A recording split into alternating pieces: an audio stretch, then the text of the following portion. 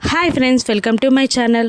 అమర్ మనోహరిని రణ్వీర్తో మాట్లాడించడానికి స్టేషన్కి తీసుకెళ్తుండగా మను చాలా టెన్షన్ పడిపోతూ ఉంటుంది. కారులో కూర్చొని ఇలా ఆలోచిస్తూ ఉంటుంది, వాడి దగ్గరికి వెళ్తే వాడు నన్ను చంపేస్తాడు, ఇక లేదంటే అమర్ ముందు నా నిజ స్వరూపం బయటపడిపోతుంది, ఏం చేయాలరా దేవుడా అని చాలా టెన్షన్ పడుతూ ఉంటుంది మను. ఇక పోలీస్ స్టేషన్ ముందు కార్ దిగగానే మను టెన్షన్ని గమనించిన అమర్ ఇలా అడుగుతూ ఉంటాడు మనోహరిని. మనోహరి తనెవరో నీకు ముందే తెలుసా అని అడుగుతుండగా, లేదమర్ తెలీదు, ఎందుకలా అడుగుతున్నావు అని మను బుకాయిస్తూ ఉంటుంది.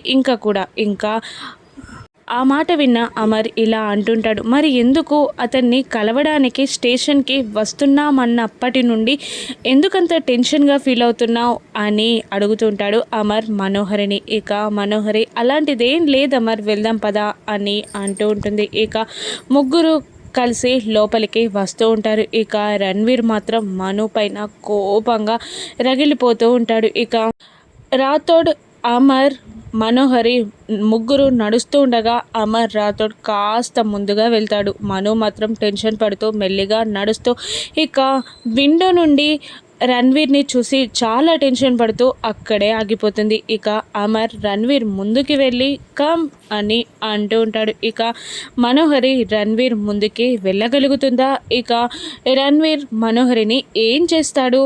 మనోహరి నిజ స్వరూపం అమర్ ముందు బయటపడుతుందా? రాను ఎపిసోడ్స్లో చూద్దాం. Thank you for watching.